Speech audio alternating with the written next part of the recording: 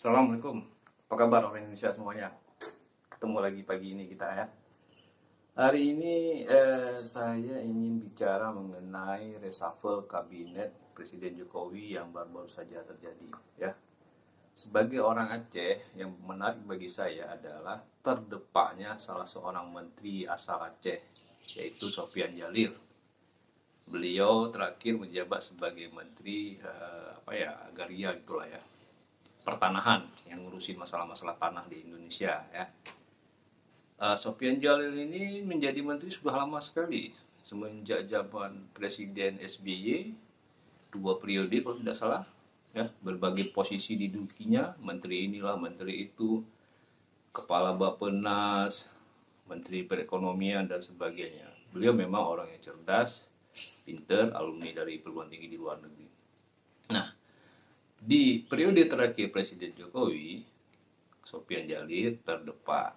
Nah, ributlah kemudian orang-orang Aceh. Wah, ini sudah nggak ada lagi nih orang Aceh di kabinet pemerintah Jokowi, ya.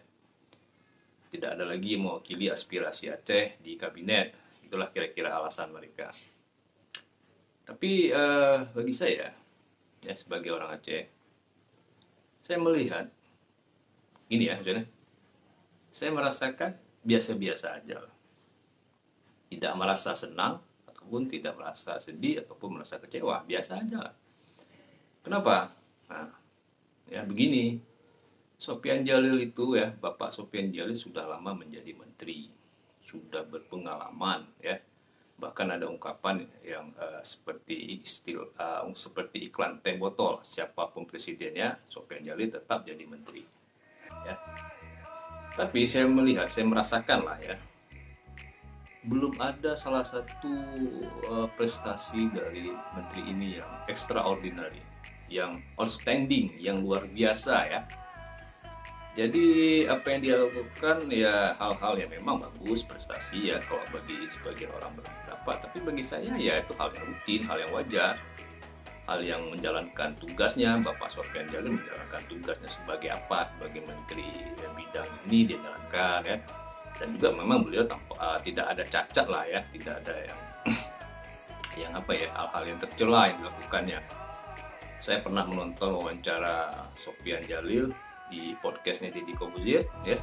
Di situ ia menjelaskan banyak hal mengenai isu-isu terkini di Indonesia dan penjelasannya sangat menarik sebenarnya ya, sangat menarik, masuk akal, dan memang apa yang dia sebutkan itu dia sampaikan di wawancara podcast Deddy Corbuzier. Jika memang bisa dikomunikasikan dengan baik ke masyarakat Indonesia, bisa jadi ya, pemahaman orang-orang tentang pemerintah ini juga akan lebih baik. Tapi sayangnya apa yang disampaikan itu juga tidak bisa dikomunikasikan dengan baik ke masyarakat luas. Nah, kembali ke apa prestasi Sophian Djalil ya. Sebagai orang awam yang suka baca koran, yang suka menonton artinya ya kita menilai dari pemberitaan. Saya tidak melihat ada prestasi yang luar biasa. Contoh, ada Ibu Susi ya, menteri yang sudah tidak lagi jadi menteri. Beliau terkenal dengan kebijakan menenggelamkan kapal ya. Keren menenggelamkan kapal, garang gitu ya. Tapi sebenarnya itu bukan sekedar asal-asalan menenggelamkan kapal. Sebelum ditenggelamkan, kapal ini harus dinyatakan bersalah dulu oleh pengadilan. Kemudian juga ada yang sekarang Kejagung, Bapak Burhanuddin. Beliau dengan kebijakan barunya yang cukup menyegarkan, saya lihat restorasi ya, keadilan restoratif gitu ya kalau nggak salah saya.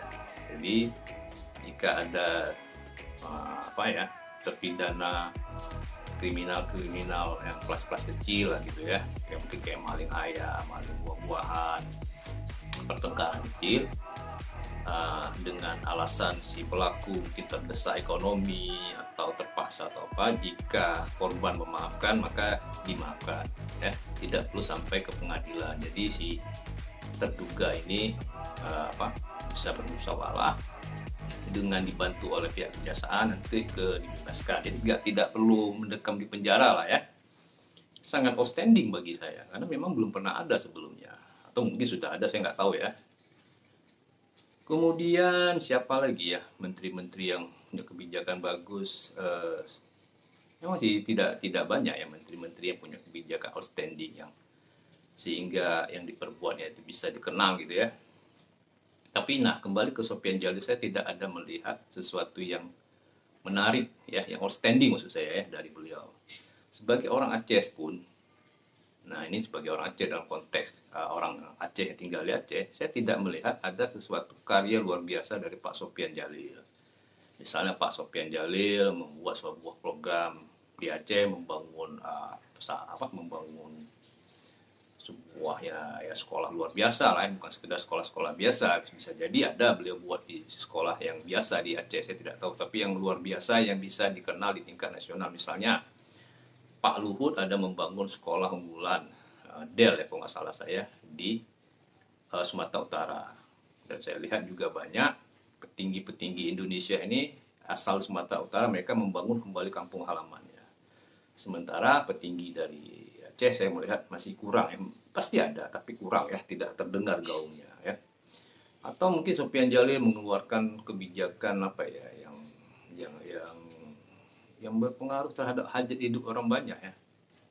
Atau ada, saya tidak tahu ya. Silakan saja, mungkin ada yang kebetulan menonton video saya ingin menyampaikan, wah Anda salah, ini Pak Sofian Jalil pernah membuat ini, pernah membuat itu. Ya, silakan sampaikan, nanti saya tidak tahu. Tapi begini, apa yang dilakukan bukanlah hal ya tugas-tugas reguler, seperti misalnya, Anda mengatakan Pak Sofian Jalil telah menerbitkan sertifikat tanah sebanyak sekian persil atau apa istilahnya, sekian lembar. Saya rasa itu memang program yang sudah disampaikan oleh Pak Jokowi sendiri ya, karena selama ini tanah-tanah negara itu banyak dikuasai oleh perusahaan, kemudian walaupun perusahaan menguasai tapi tanah tersebut tidak produktif. Sementara ada banyak masyarakat di sekitar hutan tidak bisa mengelola tanah, tidak bisa mendapatkan tanah. Nah, ini hal-hal inilah yang banyak diperjuangkan oleh para aktivis dan masyarakat Indonesia. Dan hari ini dan tahun-tahun belakangan ini tanah-tanah itu yang tanah negara yang tidak produktif sudah dibagikan ke masyarakat dan bisa. Jadi bagi saya itu bukanlah kerja outstanding dari Sofian Jalil, tapi ya kerja-kerja biasa lah ya. Oke lah ya, cara saya itu aja pendapat saya mengenai Bapak Sofian Jalil dan Pak dari kursi menteri di kabinet Jokowi ya terakhir ini ya. Tapi saya yakin setelah Sofian Jalil tentu akan mendapat tempat ya untuk pengabdiannya yang lainlah di lembaga lain. Baik, terima kasih atas kalau sudah menonton. Assalamualaikum warahmatullahi wabarakatuh.